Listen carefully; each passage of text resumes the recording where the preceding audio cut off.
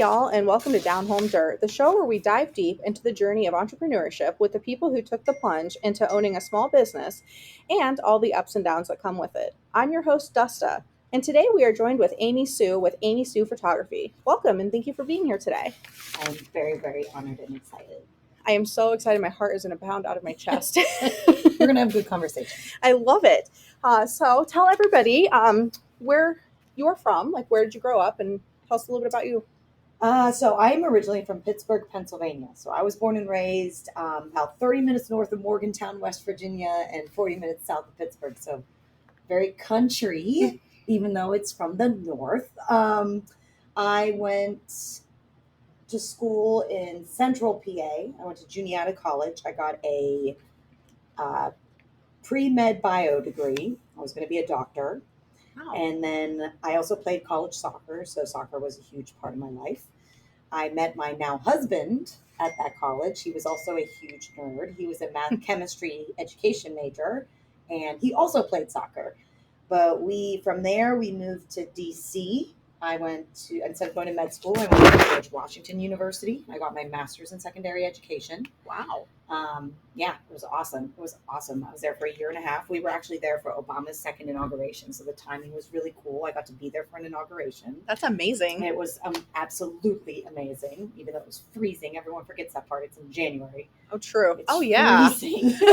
Super cold, but super fun. And then we Googled best places to live. And ironically, we were both teachers at the time. So that's the only stat we didn't look up when deciding on a state to move. Yeah. And we both decided Raleigh, North Carolina was going to be our next home. And we interviewed over the summer. And we both got hired at Riverwood Middle School. He was going to teach 8th grade math. I was going to teach 6th grade science. And that's the only reason we even looked at Clayton. Clayton was not on our radar at all, not even a little bit. And Phil Lee pulled us both in to interview at Riverwood and loved us both, loved us that we were athletes, that we were getting married. He couldn't get over that. He was like, perfect team, like you're in. And we got a townhome in Riverwood, and we thought this was going to be a 2 to 3 year hop before we went somewhere else. And now I'm on year 11. Wow. Living in Clayton. But my business kind of grew because I was a teacher, though. I married a teacher. We were both teachers, not making a lot of money. We had college debt. We were both highly educated, and we did not want to live poor. So we both got a handful of jobs each. So he was coaching, I was coaching while running this as a side business, while teaching. Yeah, the energy you have in your 20s is not what you have in your 30s. Absolutely not. I will 100% agree, because Yes. I'm going on 40 here in a couple years, and I'm like, dang, I can't even stay up past 8. Like, No, this is me neither. ridiculous. I'm 34 and I'm in bed by 8:30. It's unbelievable. But yeah, so that's kind of how we ended up here and like my journey to here. But It's a great small town. It's not small anymore. No. I moved here 5 years ago. okay. And the only reason I moved here was because we lived in Garner and we were looking to buy a house. So we're like, we can't afford to do this in Wake County. So where can we afford to? Okay, cool. Come over to Clayton. Perfect, right? So get the house. And then I was like, man, had I not bought it in 2019, it would have never happened. Nope. Yeah, we were so lucky we bought when we did too, because oh my goodness. And it's just exploding. And like the house values. And I'm just like, okay, so I did a good thing, like self-clap over here, That was good. Right. And then I think it was, it was a year after I moved, I decided to start a business because I felt like, I felt like, okay, there's not a whole lot going on. I could get into the ground, right? I can build it up and watch the town build around me. Yep. And I was really excited about that. And so I personally jumped into it in 2020. And then that leads me to my next question. Yeah. Like, what was your ready moment to like make you jump into entrepreneurship and to do this? So it started out of necessity, completely out of necessity. And I was, I look back now, I was no good. And I was charging little to nothing and working 24/7, complete burnout all the time. But again, that energy in the 20s, man, Yes. Came through strong for me. And then it was 3 years ago. No, it was 2020, actually. No, 2021. It was 2020 and 2021 when COVID hit. A lot of businesses suffered. Yes. Mine didn't. Photography took off. The amount when weddings were allowed back, when I specialize in high school seniors, and a bunch of high school events quit, so parents were more willing to invest in pictures because they were like, well, they're not going to get a prom, they're not going to get a graduation, let's make it big for their pictures. So my business did very well those 2 years. I'm actually more in a recession now than I was during COVID. No, I'm with you 1,000%. Yeah, which is so backwards. But that year, my husband and I really looked at the numbers and we were like, I could do this potentially as full time. And that's when I got my teeny tiny studio down the street, my little closet I shot in. I remember that. And I I was there for 2 years, almost 2.5. And 3 years ago, I stepped out of the classroom. I took the leap and was like, if we're going to do it, we're going to do it. Let's do it. If it doesn't work, I can always go back into the classroom. I can always get another job. That's true. You do always have your education. No one can ever take that away from you. Yeah. And my experience, I'm safe. So like, you really ask yourself, like, what's the worst thing that can happen? You know what? You're not wrong. I did. I don't even think I asked that question because I paused for a second. I was like, oh wait, that's part of the deal. I jumped in. I didn't even think about it. Yeah. And see, but like, again, though, like, I mean, to be an entrepreneur, though, you have to be risky. You can't. For sure. Like, this whole entire thing is just one massive bipolar wheel. You're just risky. Like, do I get back on again? Do I get off? Do I take another spin? Do I, like, when the highs are high, they're great. The lows are so low. And you have to navigate that risk. And like, I'm not a gambler. So like for me, like my husband's a gambler. He's the one that's like, go do it. Oh my God, this is awesome. And I'm the one over there going, oh, you're going to be okay. You're like, are we good? No. Yes. But yeah, entrepreneurship is amazing when it's amazing. And it's hard when it's not. That's a lot of the reason I wanted to start this podcast is because I myself was struggling and I was like, they don't write books on this. They don't really there's no, I don't want to say support group or anything, but it's just, you just you're out there, you're wilding out, you're doing what you need to do. And then I've been okay with 1 week I make 300, next week I can make $3,000, whatever that is. I'm okay with that. But there was other things I didn't think about, like when the business doesn't come in because of economical reasons. Yes. Or the pandemic. See, my business freaking took off and I was like, this is easy. I can do this all day long. It's great. It's wonderful. And now I'm like, we're 4 years in and I don't really know what's going on. I'm feeling the roller coaster. Yeah. So so I'm at that same point and I suffer from imposter syndrome in a really, really mean way, And I'm also very competitive. I'm a very competitive person, always have been. That's why sports was such a good outlet for me. And when I look at others, it's hard for me. Now that I'm older, it's a little bit easier. When I was younger, it was always like, I'm going to be better than them. I'm going to be better than them. That was my mindset. Like I see someone, I get better than them. I beat them. I surpass them. And now I'm at a point where it's people are doing that to me. Yes. I have people looking at me going, I'm going to beat her. I'm going to surpass her. And now I'm the one going, how do I stay within my niche? How do I stay professional? How do I work and collaborate? How do I not take things personally? That's the biggest thing. Same here. Because when I started, I was like, oh, there's 5 cleaning companies at the time. And now you go on and there's 100 people. And I'm like, oh, I used to be number one. Now what? How do you top that? And yes. I understand consistency in your business also is one of those things that people look for. Yes. So I just keep saying to myself, you're consistent. You have what you have.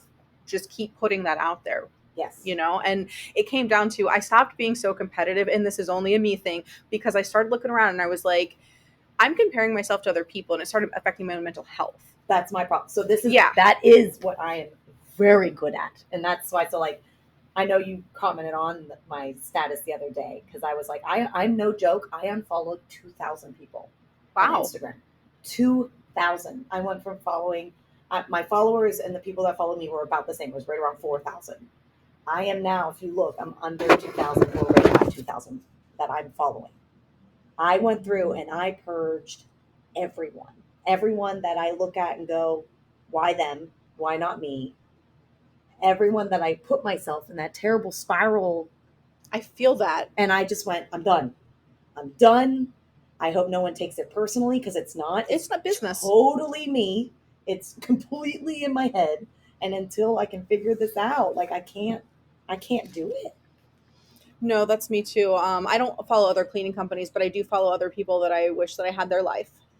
Oh, the grass is greener syndrome. Yes. Yeah, and that's me. Yes. And I realize that, and I'm like, I need to not do that. That's why I just kind of start doing things and do it stupid and try to ignore things that are in my realm. I'm like, nope. Yeah. And that was I had a girl on the podcast last week, and she owns a cleaning business. She also does wedding planning. Oh, Kayla Vargas. I know that last name. I know that last name. 2 chicks and a broomstick and happily ever after. Okay.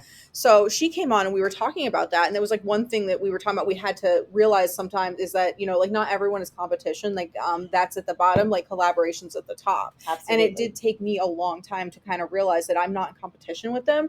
I'm essentially like, we're all on the same level, but we all offer something different and we all connect differently with people. Absolutely. So like I needed to stop being like, I need to be the best and I just need to be the best at what I'm doing.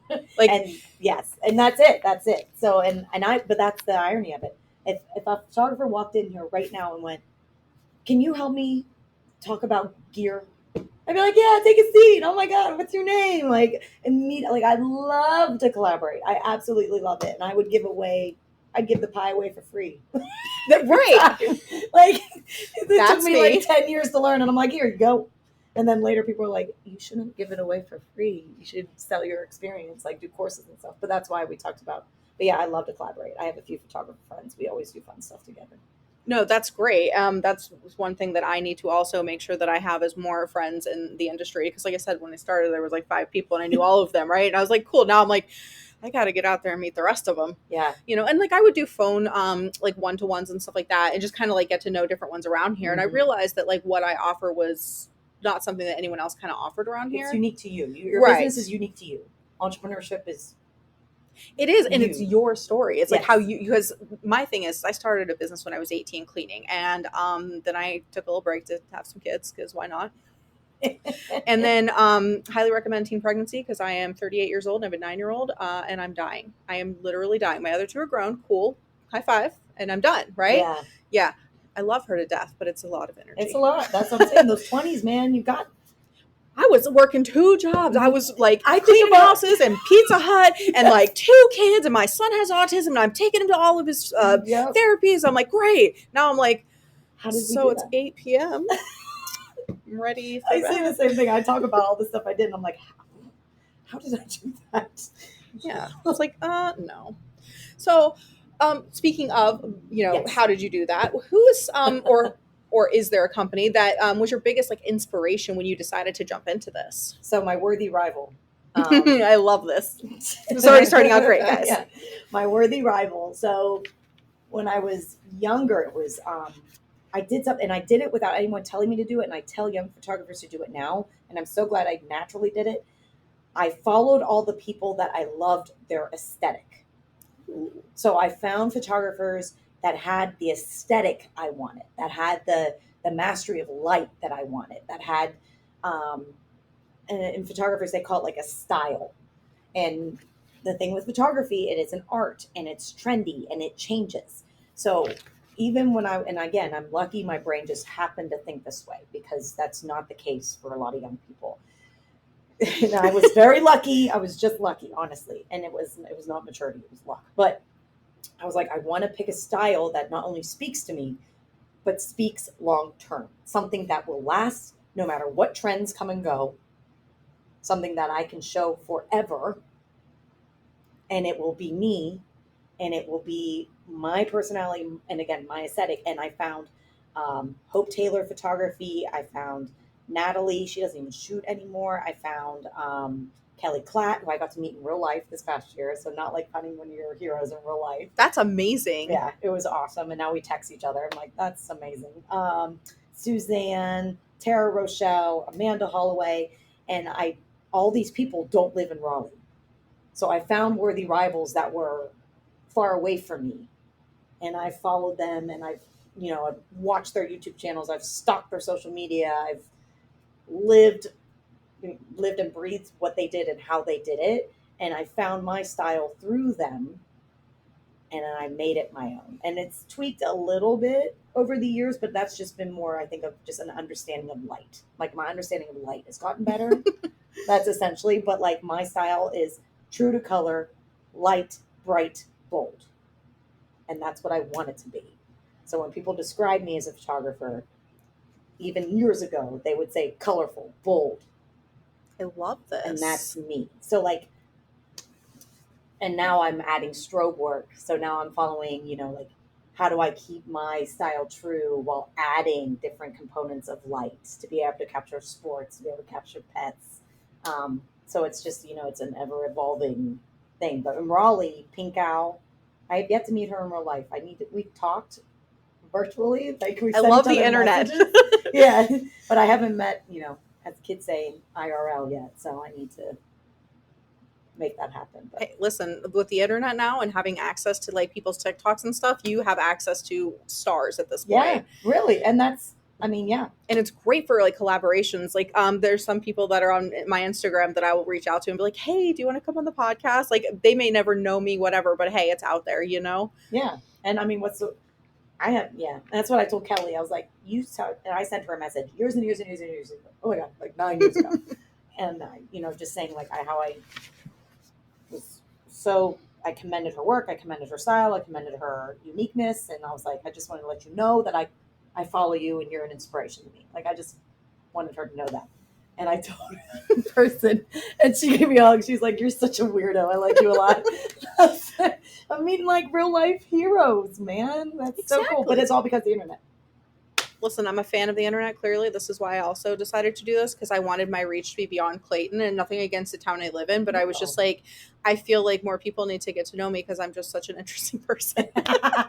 So I wanted to go outside, and not only that, like you can see me, I have tattoos, red hair, Yeah. things like that. Like I want to, kind of meet other You are people. people see you, they know who you are. And that's a Oh, good for thing. sure. That's a good thing. I love that. Don't get me wrong. I did not grow up I grew up in a big state, not grow up in a small town. So when I first became small town famous here, it was such a rush. I would like go anywhere in downtown. I'm like, I know everyone. I'm going to stop and say hi. My kids would be like, I'm bringing a sleeping bag. Like it was great. Yeah. And that's why I was like, well, I mean, now I feel like I need to reach out a little bit more, you know? That's why I'm in networking groups that are in Apex and Cary. And that's all on purpose. That's great. That's actually something that, I was curious about to know is, what is your marketing strategy, like your main marketing strategy? Main one is probably social media, word of mouth. My ambassador program that I run is an excellent form Tell us of about marketing. So I have two, and I just opened up so this is my second year running the junior ambassador program. So my senior ambassador program is for rising seniors, and they spend the whole year with me. It's almost like a subscription. They pay a monthly fee, and if they refer someone to get their senior pictures with me, I mark the next month paid. They get 1 to 3 photo shoots a month. Wow.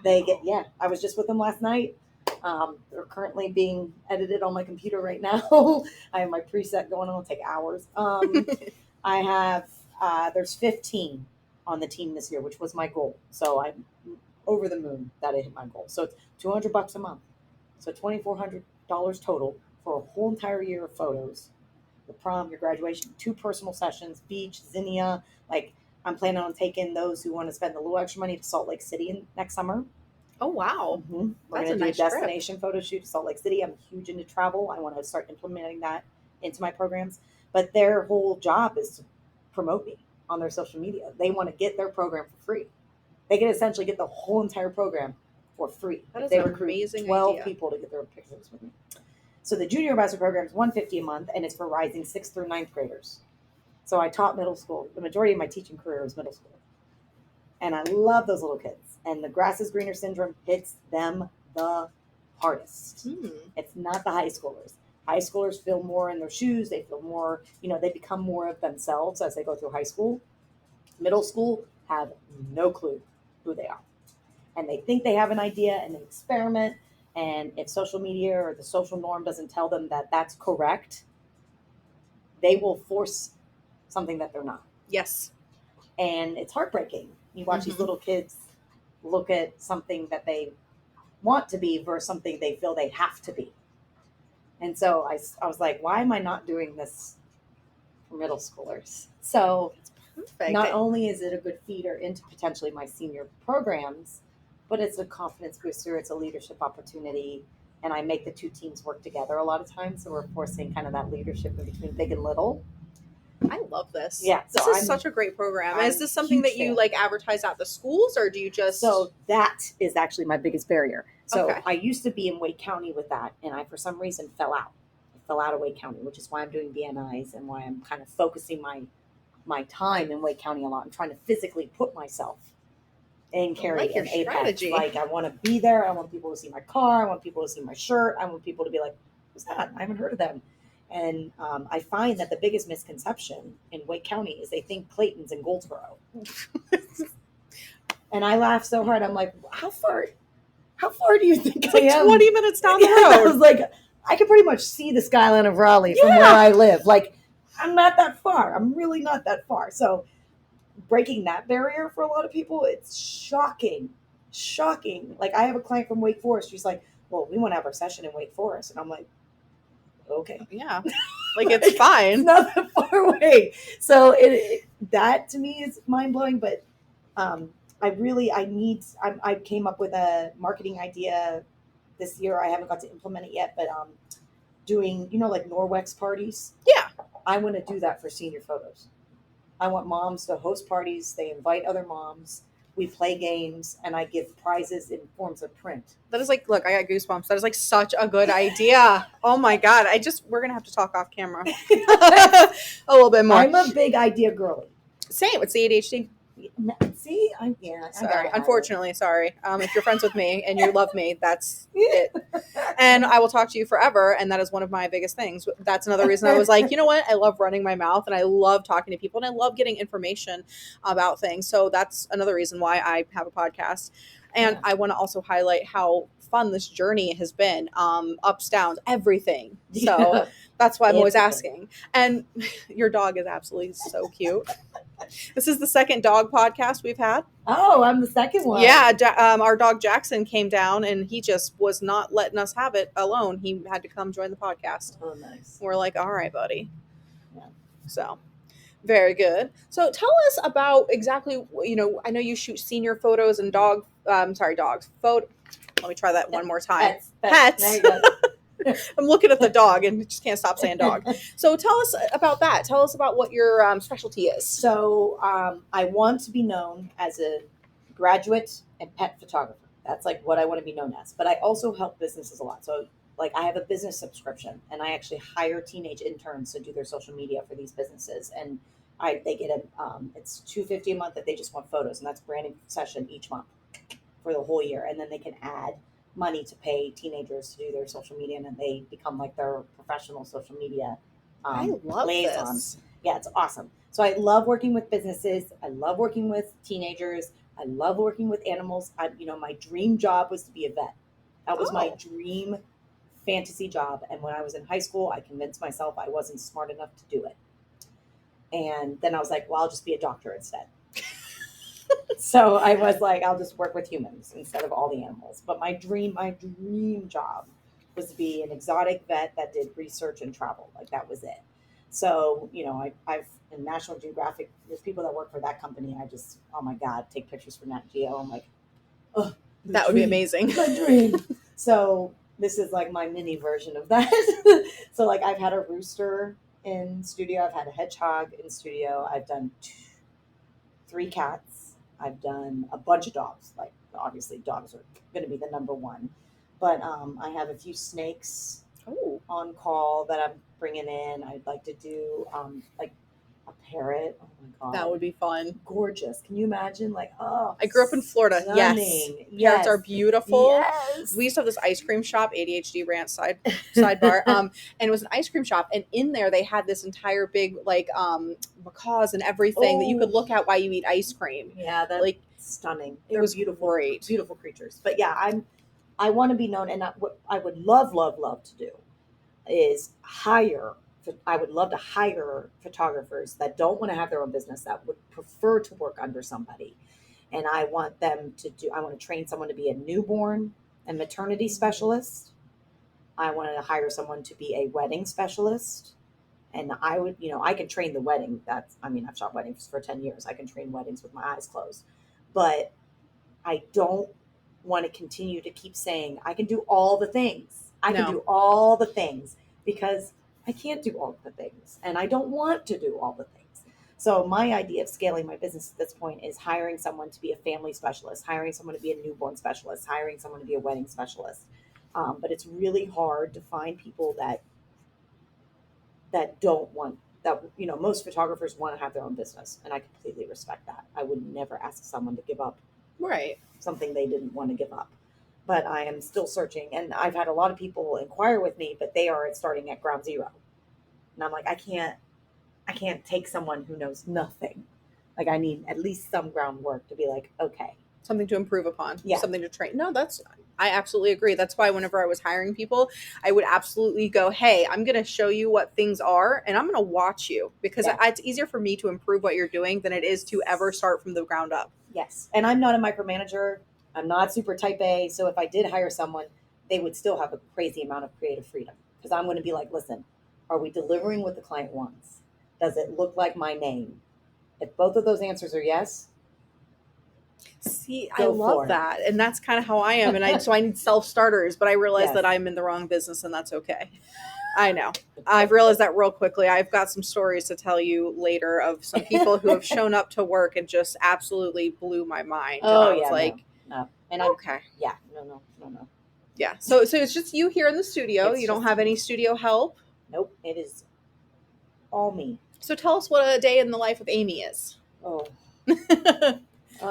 So if it's a shoot day, so like today's kind of a shoot day. So I'll just like talk about today. So like I got up, immediately got my coffee. Ideally, I would like to start working out again in the mornings. I used to be a sunrise morning workout girly, and I've had some injuries and I've had some mental health battles, and that's kind of fell to the leeway. So I've slowly started to get back into that. I need to be active at least for an hour every day.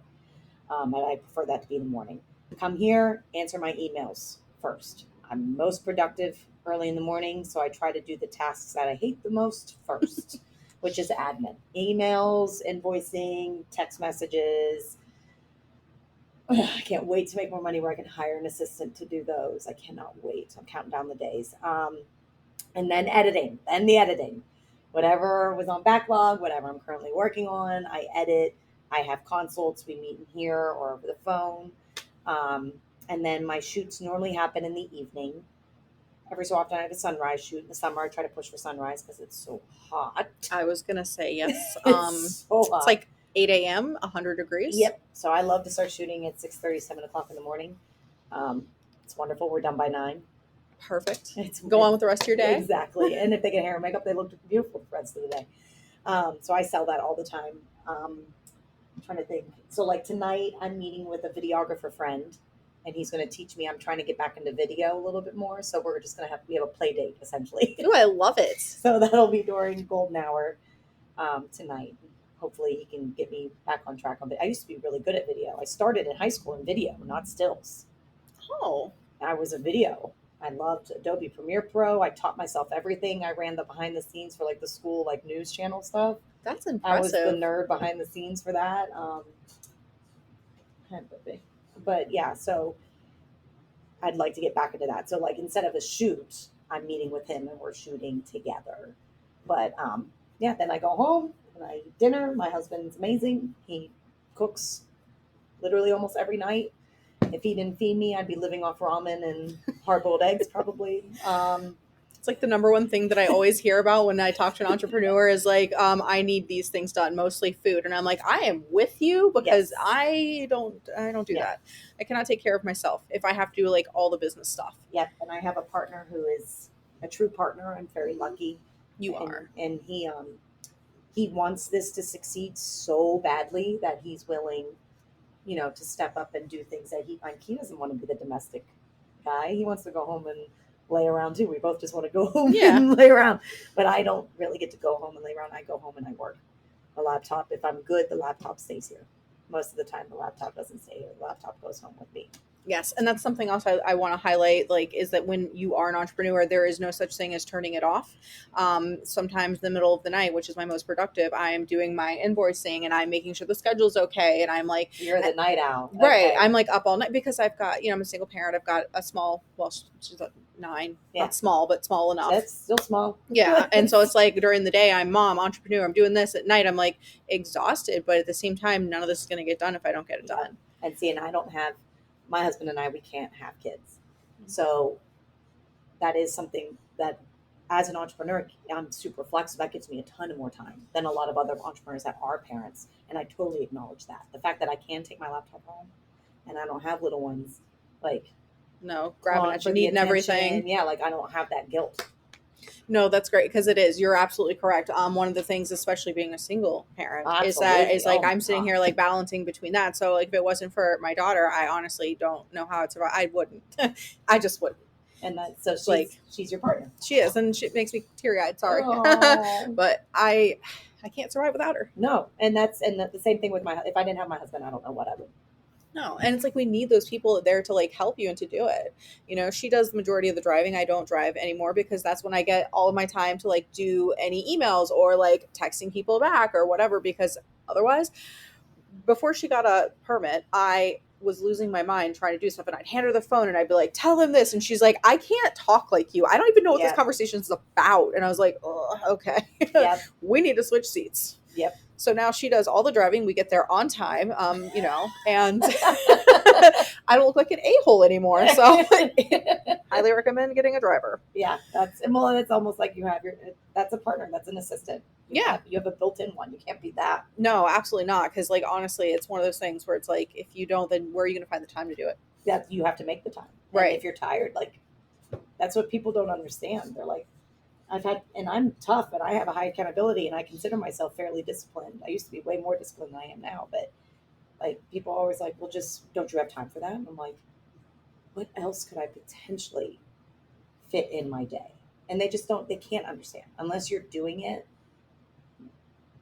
Right. And that's like the biggest thing I think too. It's like, where can you find the time? There's only 24 hours. That's it. And some of it I got to be sleeping. Yeah. I have to sleep. Because that's when you make the mistakes and it costs you more time and money. So it's some lesson learned, So I wanted to ask you, we talked a little bit before we started the podcast. Oh my God, he is so cute. He's like a little human. You guys, I wish you could see this dog sleeping on a pillow on the couch right now, just loving having the belly rubs. Completely on his back. Just the best. So I want to ask you, like, we talked before camera a little bit about what you were planning to do in the future. So where do you see yourself in the future? What do you want to kind of branch into? Talk about the YouTube a little bit. Yeah. Oh, I was like, what did we talk about? So many things. Yeah, I would love to kind of put my teacher hat back on. I would love to,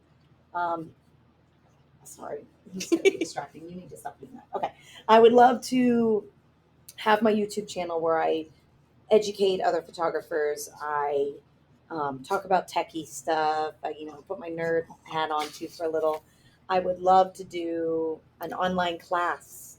I would love to host shootouts specifically for senior photographers that are looking to get into the game.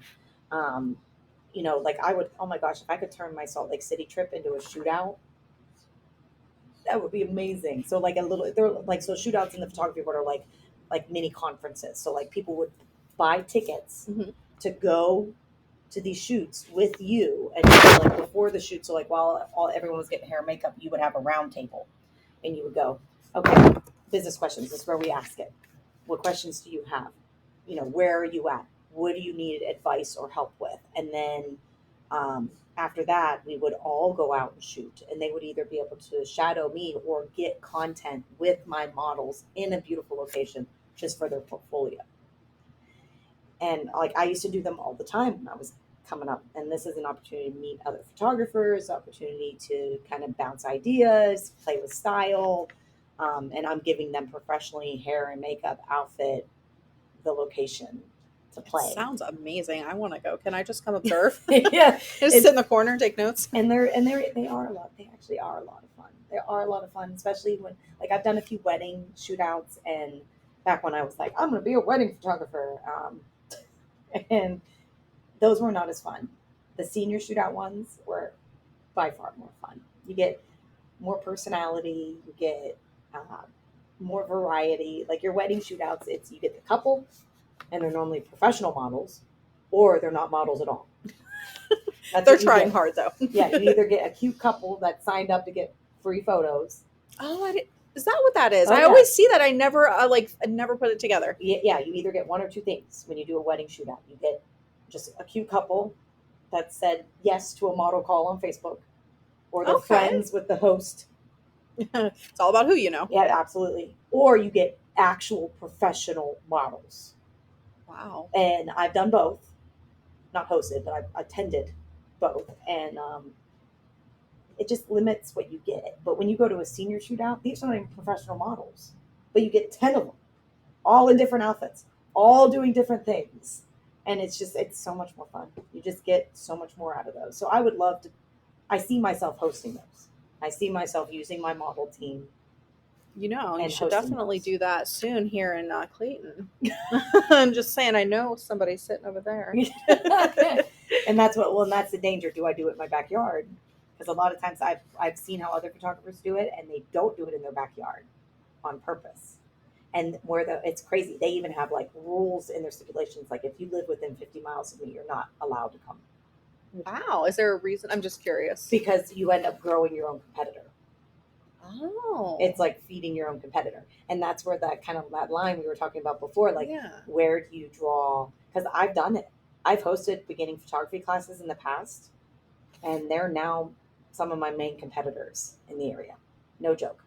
Yeah, that's okay. I see how that works now. Yeah. So again, I'm coming into this completely Yeah. stupid. I don't know anything. And like one of my models several of my models actually from past model teams have their own businesses in Clayton. Wow. And they use what they learned during my model program to run their business. I mean, okay. On one side, it's great. Look what you've Absolutely. done, right? Absolutely. Like, but on the other side, it's like, oh, how do you fix that now? Okay. So I have to kind of play with the idea on how I want to do the educator hat, because I don't want to be perceived as a gatekeeper or a jerk or cold. Mm-hmm. But at the same time, if I teach really well, I could be putting my own business at risk. True. So I do see that. I never really thought about that because I don't teach what I do. Who doesn't know how to clean, if we're being honest? But I never thought about that. But that's actually sorry. You know what? I don't clean my own house. We just kind of look at it and go, that's all right. Yeah. But you don't do at home what you do for a living. Oh gosh, no. That's what you go into my house, you think you'd have like a million pictures all over the walls. You're like, it looks like an insane asylum. We have one thing. That's good. It's so funny. Yeah, no, but ideally that's how I see my business scaling is I put my teacher hat on. I start hosting, I start teaching. I would love to have a YouTube channel. I think that would be really great for you. Like, especially since you're such an amazing teacher, like, why not put that out there and also make your money? Yeah. Like, if we're being honest, give it because one thing that I've still learned, gotta put food on my table. Still gotta put food on my table. Well, yes, and that's actually one of the things that took me a long time to kind of realize in entrepreneurship is that multiple streams of income is important. Absolutely. So I thought about honestly teaching kids how to clean. Oh, like a class. Right. And so like great. I came up with a test, I came up with rhymes, I came up with like everything, right? And I was like, this would be great. And then I thought to myself, how would you market that? You'd have to market it to moms. Right. And then like if I'm marketing to moms, like and they're paying me to teach their kids how to clean, then doesn't that take away from my business? Yeah. So then I was Now like, all right, now you're maybe. teaching kids, instead of being out there. Yeah, you're right. You have So to make like it I said, worth it's it. taken. This isn't my first time being an entrepreneur. I did start a business when I was 18, but this is my first time doing it in a small town and going full in, because Yes. before I was doing it part time. I'm cleaning houses, I'm making cash. I'm not really thinking about the business. I'm not really thinking about future, nothing. Just make your money, move on, like see where it goes. And that's kind of another reason I wanted to do this. I did some content ideas the other day, and we talked about having different ideas on the podcast, like how to market yourself without spending a lot of money, Yes. and just like different stuff like that. So that's something else I want to get into. So I'm going to eventually, hopefully, do some YouTube Yes. and kind of just teach people how, like what I've done and all the Yes. mistakes I've made. Well, and that's the thing. Like, you want to help others not take years to figure it out, because Yes. you did. Right. But yeah, It's hard because you don't want to sell your sauce either. exactly. You can't give away the pie for free. Yeah. Or cow for free, or whatever it's called. I don't know what Listen, I'm from a Give away city. I'm not something really for free. sure you're giving it away. Whatever. Yeah. Us. We'll figure it out. Just text me later what that saying was. Exactly. So, what advice was like most impactful, and what advice would you give someone wanting to start a business? You got having the plan to actually make money, but also understanding where you're starting and what your ideal client is. I think defining your ideal client is one of the most important things. And when you're first starting out, you tell yourself, everyone's my ideal client. Everyone with money, everyone with a wallet, everyone with a debit card. Yeah. And that's not your ideal client. That's not. So I think sitting down and really talking about who you want to interact with, who you want your business to be around, who is a part of your branding. Like, when people talk about your business, what words and what people and what environment do they put around your name? That's really important. And yes. I was so desperate to make money. That's what, you're so desperate to make money, which is fair, because nobody goes to entrepreneur. Yeah, you don't do this because you're like live bored. In a capitalist country. Like, yes, you can't not. That has to be the mentality, or you don't eat. Like, you don't have things, and I'm kind of materialistic. I want to travel. I want to have nice things. I don't want to live poor. Yeah, I just don't want to do it. And some people can, or whatever. But you're a martyr when you first start out. You turn into a martyr. You got to fight that with the guilt. The guilt is mean and it's cruel, and you feel bad charging your worth, and you go home and you sleep over it, and you have to get over that. You have to define your ideal client. You have to talk to that ideal client, and you have to charge your worth. I agree. That was something that, fun story. When I first started out like 4 years ago, I was like, I have no idea what to charge. I come from like another area where everything's like super expensive, right? So here's what I'm going to do. I'm just going to throw a number out there, right? And I'm going to go. So I get this client, and shout out to her. She's an amazing client. I have OCD, so I know that my worth is like 10,000 times more than what I charged her. But for her almost 3,000 square foot home, I was charging her $80. Oh my goodness gracious! And it was taking us 2 hours, and I was like, "This is $40 an hour." Yeah, I'm not making any money off her at all. No. And then I started networking, and that's when I started realizing I was fucking myself over. Oh my God! And I was like, "Who? Okay, you weren't even covering your expenses at that point." And I was like trying to figure it out, kind of, and that's where I was learning the whole, how much money does it take to do this versus how much I'm going to make and all of that stuff. And I'm not the best at that. However, my daughter is, so we feel like it's a team effort. We go in, I connect with the client, I'm doing the sales, I'm talking to them. Okay, I'm getting all the information. While I'm doing that, she's computing how much money it's going to take us to do this, how long it's going to take, and how much money we should make from it. Yep. And that's your take home number you need to know first, and then your cost of goods goes on top of that. Yes, and that I didn't know that at the time. Yeah. I was just thinking, I'll just buy the supplies, whatever. No, you don't take money out of your own pocket. That's the mentality. Like, I got a client. Yeah. I have somebody, and I'm just going to make it work. And I'm going to, and that's, so that would be my biggest advice, is to try not to fall victim to that. But it's hard. I mean, I don't know how. I think because I taught, I was able to live that way longer. True. Because I had an income. That's the other thing. I did not. So fun story. When I started my business, I was going through not a great time in my marriage, and I was like, "Cool, I'm gonna go get a job." So I go get this job for 40 hours a week at Walmart, right? $11 an hour. I'm so excited. I'm like, "Woo!" It's not the first time I worked at Walmart. I can make this work. And then the pandemic happened, Oi. and we get the stimulus check. And I looked at that and I said, you know what? Fuck it. I'm all in. I am all in. I literally quit my job, bought everything I needed, and I started networking immediately. I was gonna say that's when I met you. Was Yeah. networking group. Mm-hmm. Yep. And that was something else I wanted to like bring up is that there's a lot of different ways to network. Yes. And they have some at night, some in the morning, some are weekly, some are monthly. So some of the ones that in Clayton specifically that have helped my business grow is the Clayton Chamber of Commerce. Yep. Love them, love things that they're doing. They also have launched Joko, which I believe you are part of. I am part of the STEP program. STEP program. The mentorship with the little young entrepreneurs. Okay, do tell us a little bit about that because I'm not really sure about it. So it's essentially they market to high schoolers, and it's like a Shark Tank thing. Ooh. So you get a business plan, you work with your mentor, and you at Harvest Festival they actually present, and they can win like $1,000 for their business. So yeah, I have someone from Corinth Holders High School. She makes 3D printed art. That's so cool. It's Was she pretty one cool. of the ones that were here? Yes. Okay. Yep. So and that's what next year. I don't want to be a mentor. I want to help build the program. Ooh, I like that. Because they need help getting into schools, getting the contact information, building it, scaling it. So that's what I'm going to hopefully do with Dana next year is scale it. I've attended, I think, Launch Joko. It wasn't called Launch Joko when I did it. No, it's relatively like again, I'm ignorant to it. I've just learned about it because I just joined the chamber.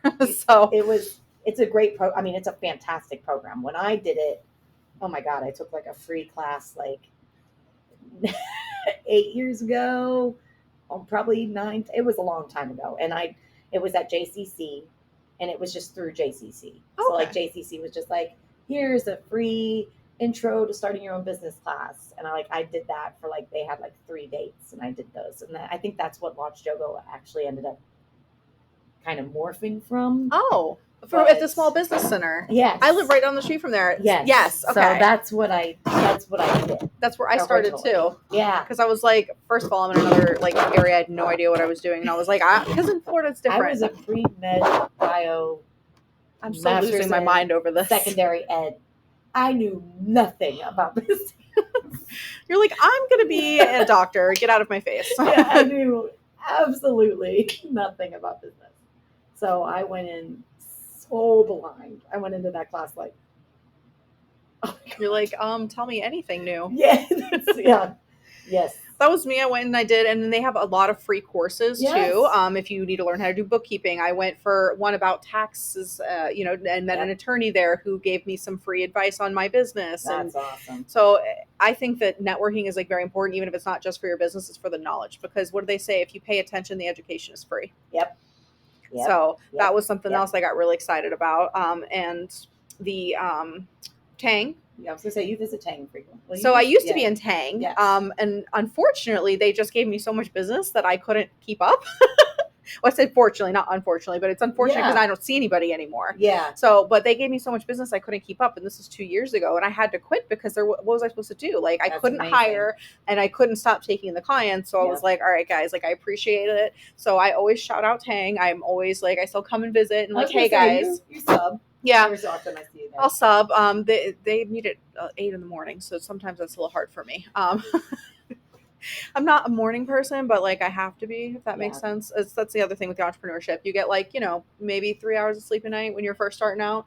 Yeah. And I remember being constantly on the phone and then in Tang meetings and then doing this and then doing that and one-to-ones and like really nurturing all those relationships in the beginning have helped me currently. So Absolutely. I'm big on that. I did join BNI. I tried it twice. I'm going to be honest. Both times I was in it for a max of 3 months and I was like, this just ain't for me. I can't explain it. Yeah. I struggle in BNI as well.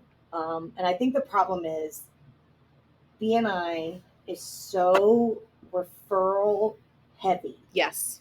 And you're in the same type of business I am. When I go to take pictures of an 18-year-old, they're not talking to me about how bad their roof is. or car insurance. No, no, that doesn't come up naturally Mm-mm. or organically. If I was a roofer, it makes more sense that insurance comes up. Like those are more aligned referral partners. I am not, and you are not I am a not. standard referral partner. So I met with another photographer that was in the. He's been in BNI for 20 plus years, and his whole business he attributes he gives to BNI, and now he does business headshots. So he's more of a direct referral Okay. partner, but he gave me some advice on how to be a tiered referral partner, where I don't ever give direct business, but I connect people who can be referral partners. Yes, that is more me. Yes. So, like, I'm going to be connecting a property manager with a junk removal property company I met. And that's going to be a referral that I put in my BNI, even though it's not direct business. Like, I'm not connecting client, but Right. I'm connecting future clients to that referral partner. So that's where I've kind of tried to find my home. But BNI is tough because they hardcore judge when you're not top of that referral list, and I'm never going to be top of that referral list. Right. Yes, mine was that, and not only that, in my business that I do, cleaning, my clients are never home. Yeah. So but I do pride myself on being very well connected, because my clients will, for whatever reason, they will ask me, "Hey, do you know this?" And I'm like, "I do." That's a weird request, but yeah, actually I do. Yeah. And do you know a plumber? Well, I do. Yeah. And so I've kind of used my networking group to be able to leverage my clients Yes. more so than them, and that's another reason that it didn't really work for me. Mm-hmm. Because while I could give you guys referrals to my clients, but they don't always need you. Yeah, and that's so. And I also don't get a lot of success for the networking groups I'm in. That is something that I found in BNI. I didn't get as many referrals as Tang, and it came down to it. I couldn't be in two because it time consuming. Yeah. So I decided to kind of drop the BNI, and I went with Tang, which was more relationship building. Yeah. And so that to me worked well. So I feel you on that. So yeah, and both do not. But I'm also in a business that's insanely saturated. It's insanely saturated. Like realtors, there's one in every corner. Oh my god. Yes. Yes. So the problem is, I'm a luxury photographer now. I am not. You can't come to me and spend, unless you're doing a mini. Nothing's $200. Nothing. So you got to be willing. If you want a luxury product, you come to me. But a lot of people in Tang and BNI, they're not selling luxury products to people because we're in inflation. True, I didn't think about that. So I may be referred, and I don't even know how much refers I'm getting, because if they know, like if their friends like, hey, I'm looking for a photographer, I guarantee you know more than just me. I guarantee it. Are you going to refer me who you know they can't afford? Or are you going to refer the person you know they can afford? I know two. You only know two? I only know two. That's shocking. That you brought that up, and I was thinking, I'm like, who do I know? I just know two. Now, if we're talking about niche specialties like boudoir photographers, yeah. I know two of those as well, and that's it. So again, we're going to Jamie two. and Jen? Jen and Lock and Key. Oh, you don't know Jamie. You should look up Jamie. I do not know Jamie. Jamie's fantastic. But, she's in Wendell. Okay. Yeah, and see, and I think that's also, I also know how many. I know so many. So many. Like in Clayton alone, there's probably 15. Really? Yes. See, I didn't even know that. See, I only know, the only reason why I know two. I know you, and I know Brandy, because Brandy used to be in Tang, and that's it. That is how I met you guys. Like, that's it. I mean, but I also don't go searching. Yeah. But I also don't run across them naturally. No, and I mean, I search, and they're at where I'm at. Like if we're out shooting at the art museum, guess what? They're all out shooting at the art museum. Oh, that's true. I didn't think about that. Yeah, you are where your career takes you. So I'm always in people's bathrooms. We see them in the wild. We're always in the wild together, running around. Do you ever feel, I'm just curious, because I've started recently doing influencer videos, and sometimes I feel a little scared when I'm out in public and I'm filming, as if someone's going to beat me up or yell at me. Do you ever feel like that when you like go to an art museum and you're taking photos? Or nope. That's one thing, my personality, I'm very happy that I'm this way. If I'm working and you mess with me, you're going to get one response from me. I don't care what you're doing. Like, my priority is the work.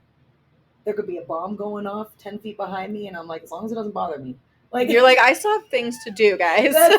so like if I'm filming and someone's making a face at me, I give them a smile, like the upward nod in a wave. Like that stuff does not bother me. You need to teach me, because my thing is I'm going into these businesses and I'm like filming, just like my little influencer video, Yeah. and they're just like, "Are you going to film me?" I'm like, "Stop looking at me like that. Like, you're ruining my shot." So I would say do this too. So like if I know I'm going into a closed space, like it's different if I'm outside. Outside, Yeah, that doesn't bother me. I own outside. Like you don't get to say a word, hush hush.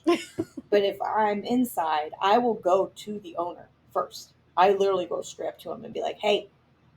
Well, a lot of times I call beforehand though too. I will call beforehand and I'll say, my senior, there's a record store, coffee shop, or books. Like I just recently did a bookstore. That's so cool. And she wanted to do the one at Market Square in downtown Raleigh with the cobblestone streets. Oh my gosh! If they just opened this adorable little bookstore, and I'm a big reader myself, so I was like, yeah, I've wanted to go in this bookstore. This is awesome. So like, I had the client call ahead of time to ask for permission. We got permission. I went early and bought a book from them. I gave them business. Gave them my card, said, "Hey, is it cool? Make sure everything's fine." She's like, "Yeah, I'm so excited." And I was like, "Okay, good." And when I took all the photos and we're laughing, and then it's free reign. Once I get the good, I don't care. There was people reading and drinking and working in there. I don't care. You're in my video now. The owner gave me okay. I can avoid you guys. You can judge me all you want. I don't care. I don't know why. That's immediate. Like, I need one person's permission. Once I have it, I'm going to start doing that, because I just kind of go in and I'll talk to the people obviously first, and I'll be like, "Hey, this is who I am. This is what I'm doing. Do you mind if but I never call ahead or think about that, but that's something I do. And then obviously, yes, give them business as well. Give them business. Because that way, I want people to also see the businesses that I go to. And I try to stay small. Yes. Small coffee shops, small restaurants. I'm not really a big fan of, I'm not going to Panera. Yeah. No, I was like, what do they call those? Like the industry, commercialized. Yeah. I don't care about all that. Yeah. Like you have your Barnes and Noble. If you want a bookstore, we go to Poppers. I was going to say there's plenty. There's a cute little bookstore downtown Selma. I was just there the other day. Yes. It's right next to a coffee shop. Oh, the one on Rayford. Yeah. Yeah. So it's so cute. When is that open? I honestly don't know. We just randomly stopped by on Saturday and saw it and was like, "Oh, okay." I'm gonna have to go visit them. So they're in town. They're cute. That. They have little things that go on too, like little workshops and stuff you can go do. So like socialization. It's so cute. I love that. Okay. That makes me happy. Yeah, I'll have to call. Yeah, and that's what. So like even with coffee shops, I call ahead, and a lot of times I have the client call ahead. But if it's just me, I'll either message or call. But when the client, I have found this, and then you can use this as a cheat.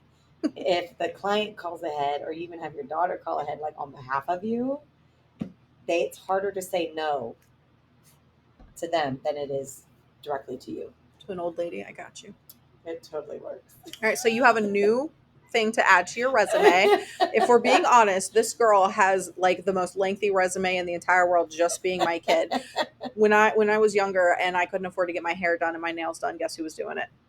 Nice. So she has done hair, nails, personal assisting. She has been a nanny, a driver, grocery shops, chef. I mean, it just goes on and on and on.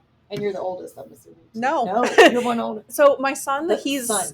Okay. He'll be 19 actually in a couple of weeks. He has autism, but he has like functioning autism, so he can take care of himself and things like that. But when it comes to like going out there and being an entrepreneur, it's not him. That's not going to be his. And that's okay. That's totally. Fine. He's a full-time job. He's engaged. He lives on his own. Like things that we didn't think were going to happen. That's happened. Remarkable. And I really want to thank the decisions that he made when he was 17 for that. Yeah. Because he decided that it wasn't working for him in public school. So he decided to take another route, and he ended up graduating and getting certified in being like a chef.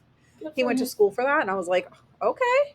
He doesn't do that for a living. He was like, which makes me laugh so hard because I'm the same way. I went to college, and I went to college to be a medical biller and coder. I went and I paid the $500 to take the test, right? I get the job, and I sit there for 2 weeks, and I'm like, this blows. Like this is I'm sitting here just do numbers. Like I'm done. Yeah, you're And just then going.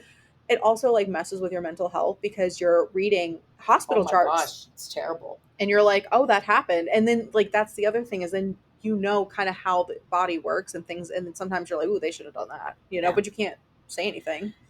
Nope. That's what I mean. I won't tell you the amount of money I spent on my degree. Well, listen, I'm still paying for that to this day. I have two very expensive degrees. I still use them. My bio one, obviously less than my education one.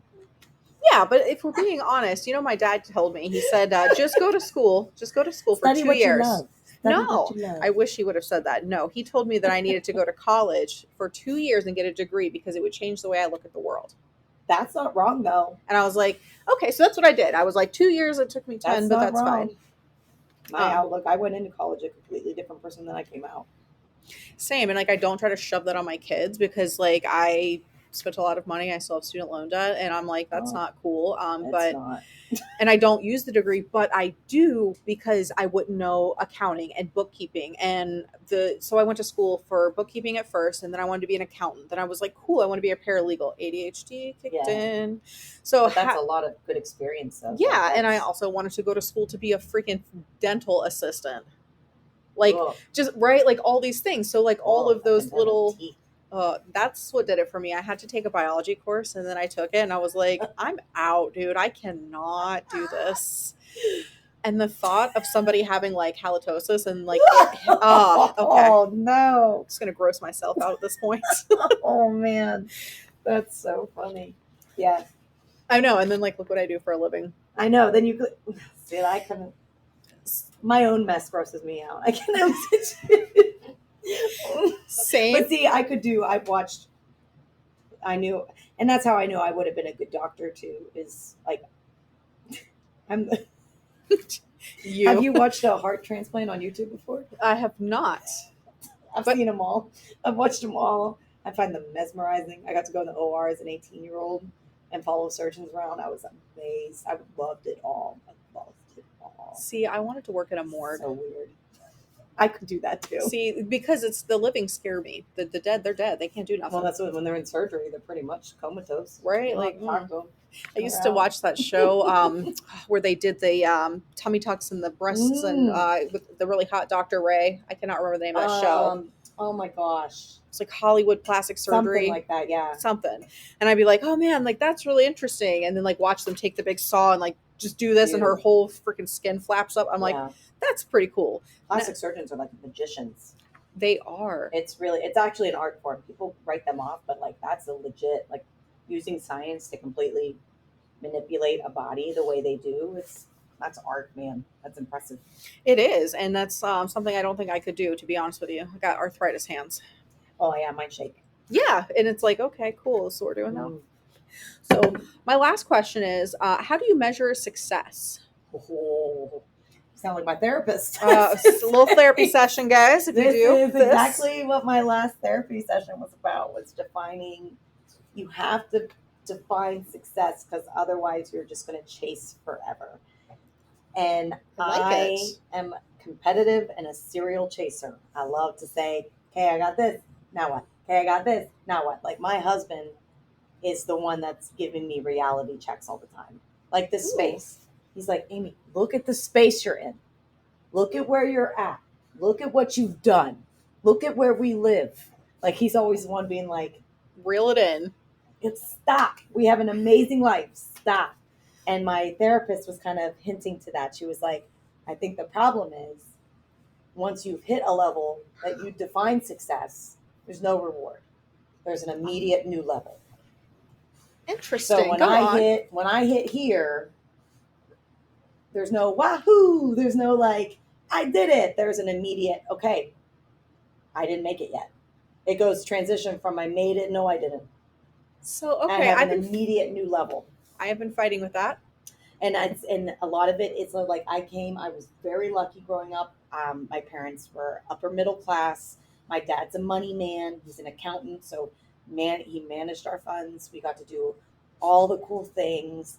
But they didn't spoil us either. Like we didn't have all the toys. I didn't get We had to share. Like they were really smart about how they spent the money, but I always knew we had it. We were always safe. My parents always like we got to go on trips, we got to travel, we got to do things. And I don't make as much money as my parents did. So now I'm in a constant I can't go to Europe this year. We can't afford to do IVF. Like we can't I don't have money to just be like I want it. And I Have want you heard of credit cards? I'm just kidding. thank goodness I don't do that. But I'm at that point where I have to decide. I have to be okay being content with where I'm at because my life is awesome. Yes, and that's kind of what I have been struggling with lately too. So I Yes. didn't realize like this is another reason I started the podcast. Yes. I want to know that I'm not alone in this. Oh no. Because No. I define success as how many clients I can keep. Okay, not how many I can go out and get. And that was something that I actually learned through Tang is they do personal development. I don't know if they still do, but that was something that they had done when I was there to kind of, we did the funnel method to figure out who your exact client is. And she was like, Victoria used to say, don't say anyone. That's it. Yeah, it's not everyone. No, it isn't everyone. I know everyone. exactly who my ideal client is thanks to networking groups, thanks to personal development. Like my ideal client is somebody who doesn't have time to clean their home, but just wants assistance and not somebody who wants me to take on all the responsibilities. Yep. So I know that now. I didn't know that, 4 years ago. So anyone with a wallet. Anybody who wants their house clean. Anybody. Like, Which no. is everybody. Right. Like, but they're not your clients. No, and there has to be like a certain level of respect. And that's one of those things too, is like your clients have to respect you and what you do. Yep. And that is something else that I've kind of struggled with too, is people not showing me the same respect I show them. Yeah. And I'm sure you get that too. And that is something that's very frustrating. We should have a group chat about that. Because sometimes I see things posted on Facebook of that other business owners have said, and I'm like, I feel that way, but I didn't know I could feel that way. Yeah. I just like internalize it and move on and think it's part of the deal. And it's not. It's really not. And no matter what you do, you're still a human being. You still deserve the respect.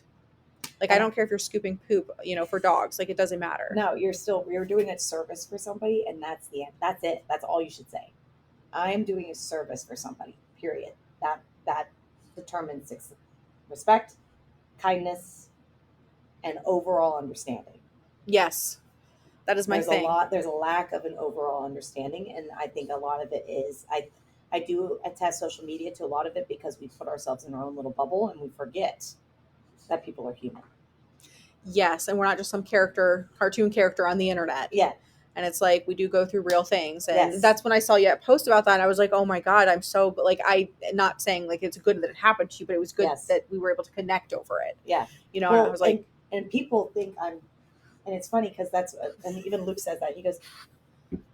He's like, people perceive you a certain way because of how I do my social media. And so, and it's very intentional. It is intentional. I want people to perceive me as very successful, having lots of things. Like, I want that perception to be there. Like, I am luxurious and I am busy and I am doing all the things. But that's what I'm putting out there. Right. That's to find my ideal client. And I think people forget, like, who the person is behind the person doing those on purpose intentional posts. Because I had someone, I told them, I was like, yeah, business is really slow for me right now. I'm trying not to freak out and panic. And they were like, but you're so busy. You have to do that. And I laugh. I go, well, I'm glad it's working. That's right. They're like, what?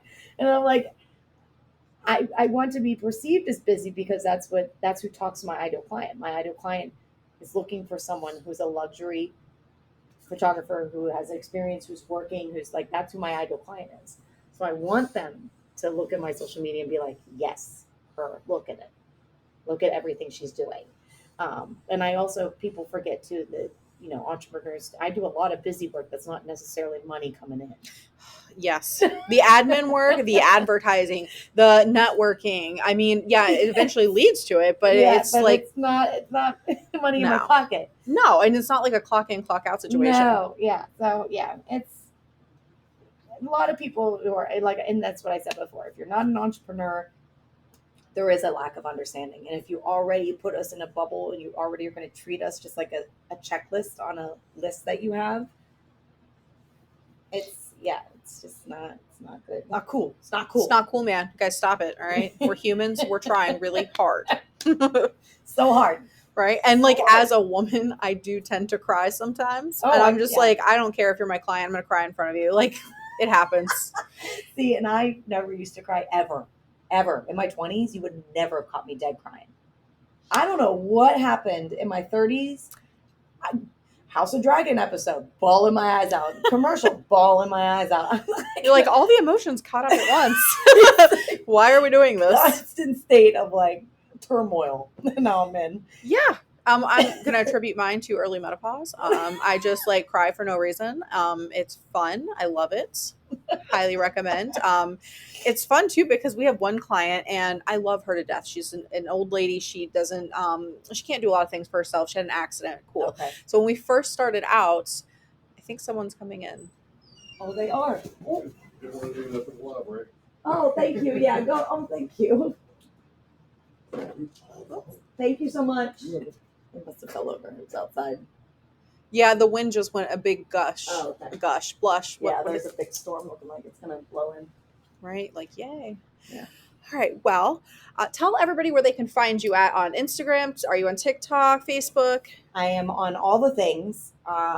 I don't use Snapchat. I don't use X or Twitter or whatever it's called. I have things on there, so you can follow me if you want, but not going to see much. Primary social medias: Facebook, Instagram, TikTok, handles. I also have Threads. I'm on and off about that, but it's at Aimee Sue Photo. I'm the same handle across all platforms, but it's just my first name's difficult. If you spell that wrong, you're never gonna find me. Same. Yeah, exactly. Same. I spelled my first name right. And then my studio is in downtown Clayton. I'm right across the street from the brand new arcade bar, Fair Game. I live in downtown Clayton, but I'm literally everywhere. If you see the black RAV4 with at Aimee Sue Photo parked at the art museum, I'm shooting. That's what that means. I'm working. I do love that you have that decal on the back because that I can always tell when you're there, and I'm like, oh, I know her. Yeah, people, and it's hilarious because I'll get messages from photographer friends that pull up to a park and they're like, "I'm here too," and I'm like, oh, that's me. That's why I have the magnet on the car so I can just pull it off and be like, you don't know me today. Not today. yeah, I can't pull mine off. Mine is very much attached to my car. But yeah, so that's. And if you see me, I had someone write a note once, and I did cry in public. They wrote a note and they left it on my car saying they didn't want to say hi to me because they just didn't want to like make me feel like it was a burden. Don't do that. If you see me and you want to say hi, if I'm not with clients, please feel free to come up and talk to me and say hi and say who you are, introduce yourself, or be like, oh my God, we follow each other on social media. Like, I love that. That is my favorite thing. Yes. When people know you. Yes. And I would love to get to know you, especially if you take time out of your day to give me attention. Please, please introduce yourself to me. So I'm not one of those people. I may have an RBF on, but that's just, I can't help it. It's business. Yeah. And it's your business face. If I'm working or I'm walking back to the car, like it just, yeah, always feel comfortable to say hi or stop in. I have my French Bulldog in here almost all the time. And he is adorable and very friendly. So, make sure that you bring treats. Yes. Please feel free to stop in and say hi. It's adorable. Yeah. And like just sitting here this last, doing the podcast, I've watched so many people walk by. Like you have a primo location, so definitely stop in and say hi. Tell her you heard her on the podcast. Yeah, absolutely. Right. Thank you.